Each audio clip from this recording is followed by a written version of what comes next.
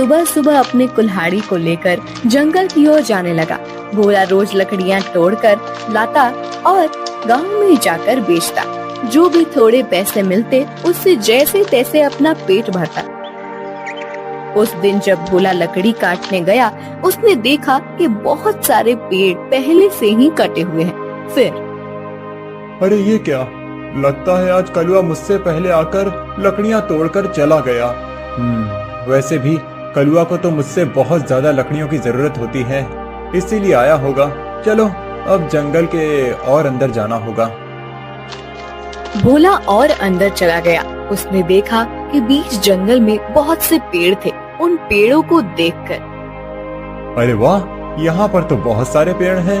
अगले 2 महीनों तक भी रोज लकड़ियाँ काटूं तो भी कम नहीं पड़ेंगी। भोले ने पेड़ काटने के लिए कुल्हाड़ी उठाई। तभी उसने देखा कि ऊपर एक बंदरिया अपने नवजात बच्चे के साथ उस पेड़ पर बैठकर फल खा रही थी। वो बंदरिया इतने प्यार से अपने बच्चे को पकड़कर बैठी थी कि उनका प्यार देखकर भोला रुक गया। ये क्या करने जा रहा था मैं?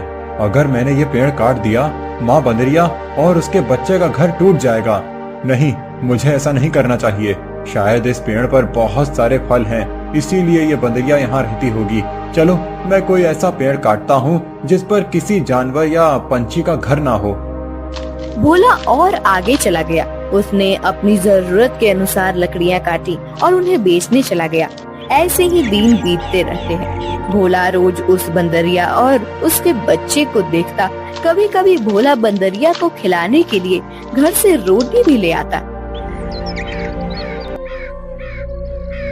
एक दिन जब भोला लकड़ी काटने गया, तब उसने देखा कलुआ उसी पेड़ पर कुल्हाड़ी चला रहा था जिस पेड़ पर उस बंदरिया रहती थी। कलुआ को उस पेड़ को काटते देख, अरे कलुआ, ये क्या कर रहे हो? ये कैसा सवाल है? भगवान ने आंखों की जगह बटन लगाकर भेजा है क्या? दिखाई नहीं देता? लकड़ी काट रहा हूँ। वो तो मैं देख रहा हूँ कलुआ, लेकिन इस पेड़ की लकड़ी क्यों काट रहे हो? किसी और पेड़ की लकड़ी काटो।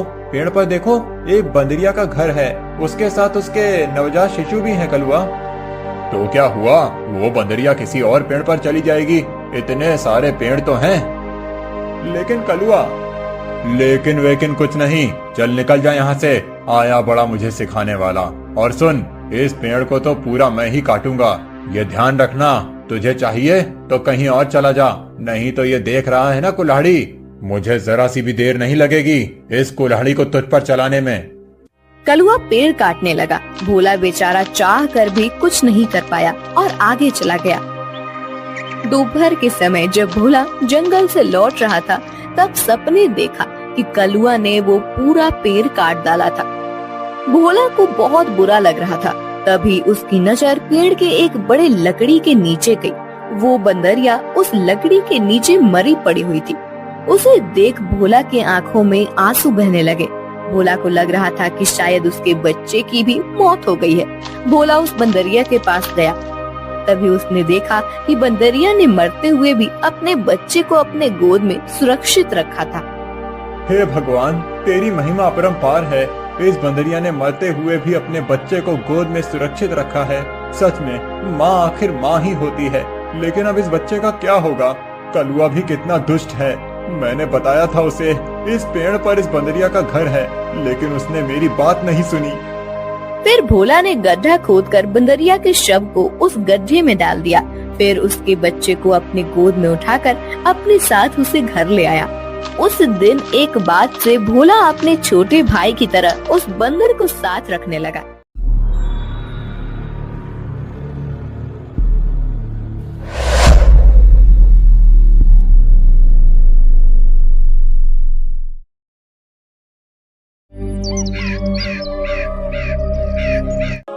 गांव के मुखिया हरिराम का बेटा धोनीलाल, जिस पर जिम्मेदारी का कोई भार नहीं था। जब तक मुखिया हरिराम थे, रोजी रोटी की चिंता धोनीलाल के सिर पर नहीं आई। मुखिया जी का सम्मान पूरे गांव में था और उनका कामकाज भी अच्छा चलता था। लेकिन धोनीलाल, वह तो बस दोस्तों के साथ बैठे बैठे दिन काटता, गप्पे हाँकता और पेट भर खाना खाता। अरे भाई धोनीलाल, तुम्हारे बाल तो इतने बढ़ गए हैं कि अगर तुम जंगल में जाओ तो शेर भी समझेगा कि कोई बूढ़ा ऋषि तपस्या करने के लिए आया है। अरे शेर क्या समझेगा, जंगल के सारे जानवर मेरी सेवा में आकर कहेंगे, महाराज आपके चरण स्पर्श करते हैं, हमको आशीर्वाद दीजिए। दिन भर इसी तरह गप्पे मारते मारते धोनीलाल अपना समय बिताता। पिताजी ने कई बार समझाया कि बाहर जाओ, कुछ काम धंधा शुरू करो, लेकिन धोनीलाल के कानों पर जू तक नहीं रेंगती। ये लड़का तो सुधरने का नाम ही नहीं लेता। मैंने कितनी बार कहा है कुछ काम कर कुछ कमा, पर इसे तो गप्पे हाँकने में फुर्सत नहीं। अब मैं बूढ़ा हो चला हूँ, इसके बाद क्या करेगा ये? अब आप इतनी चिंता मत करो, कभी कभी देर से समझ आती है, समय आने पर सब कुछ ठीक हो जाएगा। सोचता हूँ इसकी शादी करवा दूं। बहू आएगी तो शायद ये जिम्मेदारी समझेगा, परिवार का भार उठाना पड़ेगा तो शायद कुछ काम धाम शुरू कर दे। धोनीलाल की धूमधाम से शादी होती है। मुखिया ने सोचा कि शादी धोनीलाल को जिम्मेदार बना देगी।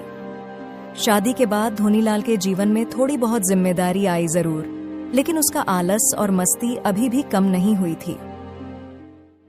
मुखिया को उम्मीद था कि बहू राधिका उसे समझाएगी, लेकिन किस्मत को कुछ और ही मंजूर था। शादी के कुछ दिन बाद ही मुखिया का देहांत हो गया। बेटा अब तो कुछ जिम्मेदारी समझ ले, आखिर कब तक इस तरह चलेगा? तेरे पिता भी अब नहीं रहे, घर की हालत दिन ब दिन खराब होती जा रही है। बहू है घर में और अब तेरे ही ऊपर सब कुछ है। तू कब तक हाथ पर हाथ धरे बैठा रहेगा? अरे माँ, क्या इतना सोचती हो? अरे अभी तो सब चल ही रहा है ना, अब भूखे तो मर नहीं रहे हैं, और फिर काम तो कोई भागा थोड़ी ना जा रहा है, कर लेंगे। और क्या, कुछ ना कुछ तो हो ही जाएगा। अरे जिंदगी इतनी भी मुश्किल नहीं है जितना तुम बना रही हो। अरे थोड़ा सब्र करो, कुछ ना कुछ इंतजाम कर लेंगे। पिताजी के गुजरने के बाद हालात और बिगड़ गए। अब घर चलाने की जिम्मेदारी धोनीलाल पर आ गई थी, लेकिन धोनीलाल के पास न काम था न कोई योजना। धीरे धीरे घर की हालत खराब होती गई और भूखमरी की नौबत आ गई। अजी ऐसे बैठे बैठे कुछ नहीं होगा, कुछ काम कीजिए, बाहर जाइए और कुछ रोजी रोटी का बंदोबस्त कीजिए। आखिर कब तक ऐसे ही चलेगा? अरे जाऊं भी तो कैसे, पास में कुछ पैसे तो हों। ये लो, हमारी आखिरी पूंजी सिर्फ 1 रुपए, इन्हीं से कुछ कर लेना। ये सत्तू भी रख लो, सफर में भूख लगेगी तो इसे खा लेना। अब ठीक है, देखते हैं इस पैसे से क्या कर सकते हैं। अगली सुबह धोनीलाल ने अपनी यात्रा शुरू की। जेब में सिर्फ 1 रुपए और हाथ में सत्तू की गठरी लिए धोनीलाल दिन भर चलता रहा और सोचता रहा कि इतने पैसों में क्या करेंगे। 1 रुपया? इतने में क्या हो सकता है? आखिर इतने पैसे में मैं क्या काम शुरू करूं? अरे माँ सोचती है कि बाहर जाऊंगा तो सब ठीक हो जाएगा। अगर कहीं कुछ नहीं मिला तो घर जाकर राधिका को क्या कहूंगा? धोनीलाल अब पूरे दिन की यात्रा से थक चुका था। तभी उसकी नजर रास्ते में चुपचाप बैठी एक बूढ़ी औरत पर पड़ती है। अरे ये बूढ़ी माँ यहाँ क्या कर रही है? ये क्या बेच रही है? अरे ओ बूढ़ी अम्मा, अरे जरा ये तो बताओ, ये क्या बेच रही हो? बेटा, मैं अकल बेच रही हूँ। क्या? अकल?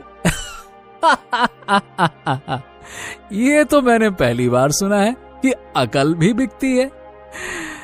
अच्छा बताओ बूढ़ी अम्मा, कैसे दे रही हो ये अकल? 8 आने की 1 है बेटा, कितनी दूं? ठीक है, एक काम करो बूढ़ी माँ, एक अक्ल दे ही दो, लाओ। बेटा, छोटे काम से कभी घृणा मत करना। अरे ये तो मुझे पहले से पता है, इसमें क्या नया है? 8 आने दे दिए और तुम्हारी ये अकल तो मैंने पहले ही सुनी हुई है। जानते तो होगे बेटा, लेकिन जब तक इसे पैसे देकर खरीदोगे तभी तुम इसकी असली कीमत समझोगे। अब इसे हमेशा याद रखोगे क्योंकि इसे अब तुमने खरीदा है। अब ठीक है बूढ़ी माँ, अब मेरे पास 8 आने बचे हैं, एक और अक्ल दे दो। बेटा, रहस्य की बात कभी किसी से मत बताना, चाहे वो तुम्हारी पत्नी ही क्यों ना हो। धोनीलाल थोड़ा हैरान होता है, लेकिन बूढ़ी औरत की बात उसे समझ में आ जाती है और वह दोनों अक्लों को याद करते हुए आगे चलता है। तभी उसकी नजर बार बार चिल्लाते हुए एक दुकानदार पर पड़ती है, जिसके सामने एक मरी हुई बिल्ली जमीन पर पड़ी होती है। अरे भाई, कोई ऐसा आदमी है जो इस बिल्ली को उठाकर कहीं फेंक आए? मैं उसे 2 रुपए दूंगा। अरे, एक मुखिया का बेटा होकर क्या मैं ये काम कर सकता हूँ? मरी हुई बिल्ली को उठाकर फेंकना तो बहुत नीच काम है, हैं? लेकिन पैसा तो क्या मुझे करना चाहिए? बूढ़ी माँ ने कहा था कि छोटे काम से कभी घृणा मत करना, और अगर मैं ये काम करता हूँ तो मुझे 2 रुपए मिलेंगे।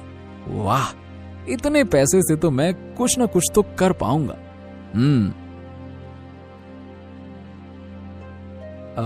भाई, मैं ये काम कर सकता हूँ। क्या तुम इसे फेंक सकते हो? हाँ, मतलब मैं इसको फेंक सकता हूँ। 2 रुपए मुझे दे दो।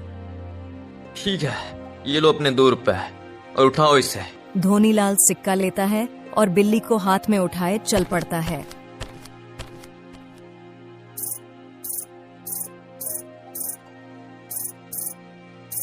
अरे, ये आवाज कैसी? हाँ, कहीं ये आवाज इस बिल्ली की तो नहीं है? अरे ये क्या, चांदी के सिक्के?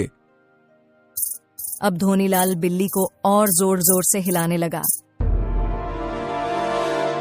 हे भगवान, इतनी दौलत! हा, ये तो किस्मत खुल गई मेरी। धोनीलाल बिल्ली को वहीं फेंककर सारे सिक्कों को एक गट्ठर में बांध लिया और सीधे अपने गांव की ओर चल पड़ा। राधिका, अरे ओ राधिका! अजी, आप इतनी जल्दी वापस कैसे आ गए? और ये क्या, आप कुछ परेशान लग रहे हैं।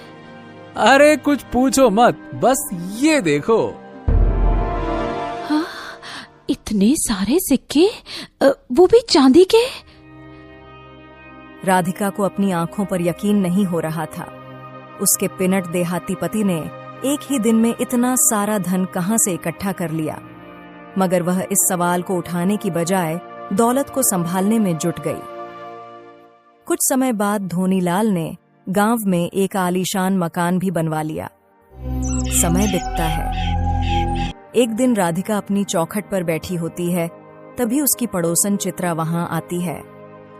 अरे बहन राधिका, सुना है तुम्हारे पति ने एक ही दिन में इतने रुपए और सिक्के जमा कर लिए। ये तो बड़ी अजीब बात है, कहीं कोई चोरी चकारी तो नहीं कर बैठे?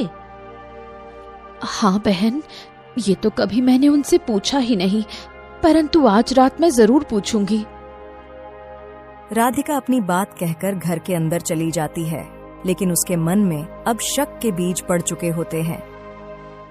धोनीलाल को आने के बाद, अजी आपसे एक बात पूछनी थी। अरे भगवान, आज फिर क्या नया सवाल आ गया? अच्छा चलो ठीक है, पूछो, जल्दी पूछो, क्या पूछना है? उस दिन आप जो ढेर सारे सिक्के और सोने की मुद्राएं लेकर आए थे, वो कहाँ से मिली थी? आपने मुझे बताया तक नहीं। अरे छोड़ो ना भाग्यवान, तुम्हें आम खाने से मतलब है या फिर पेड़ गिनने? बताओ। नहीं, आज आपको बताना ही होगा, आपको मेरी कसम है। ओफो। अच्छा, अगर तुम नहीं मान रही हो तो सुनो। जिस दिन मैं घर से निकला था, शाम को मुझे एक सन्यासी मिले। उन्होंने मुझे एक बड़ा राज बताया। कैसा राज? उन्होंने कहा, सुबह सुबह आंख खुलते ही अपने गांव के उत्तर दिशा में जाना और जो गधा दिखे उसकी पूंछ पकड़ के जोर से खींचना और उससे चांदी के सिक्के मांगना, और उसका पूंछ तब तक नहीं छोड़ना जब तक कि पीछे से सिक्के ना गिरने लगे। बस मैंने ऐसा ही किया और ढेर सारा सिक्का लेकर आ गया मैं। तो ये राज है उन सिक्कों का। अब देखना, मैं तुमसे भी ज्यादा धनवान होकर दिखाऊंगी। इतना बोल चित्रा चली गई और अगली सुबह वो मन में सिक्कों की लालच लिए गधे की खोज में निकल पड़ी। गांव से बाहर निकलने पर उसे एक गधा दिखा। ये रहा वो गधा जो मुझे माला माल बनाने वाला है। अब जल्दी से इसकी पूंछ पकड़ लेती हूँ। चित्रा दौड़ती हुई गधे के पास पहुंचती है और अपने दोनों हाथों से गधे की पूंछ जोर से पकड़ लेती है और खींचने लगती है। चलो गधे भाई, अब जल्दी से चांदी के सिक्के गिराओ। गधा अचानक चित्रा की इस हरकत से परेशान हो जाता है और जोर जोर से हिनहिनाने लगता है, लेकिन चित्रा सिक्कों के लालच में गधे की पूंछ और भी जोर से खींचती है। अब गधा परेशान होकर एक जोरदार लात मारता है और चित्रा कुछ दूर जाकर गिरती है।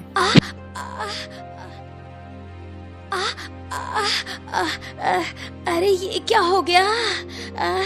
सिक्के तो नहीं मिले, उल्टा मुझे गधे की लात भी खानी पड़ी। इसी बीच धोनीलाल और राधिका यह नजारा दूर से देख रहे होते हैं। वो हंसते हुए एक दूसरे की ओर देखते हैं। अजी, आपने सच में कमाल कर दिया। देखिए ये पड़ोसन कैसे धोखा खा गई। अरे तो मैंने तो पहले ही कहा था। अरे भाग्यवान, ईर्ष्या की आग में जलने वालों का यही अंजाम होता है।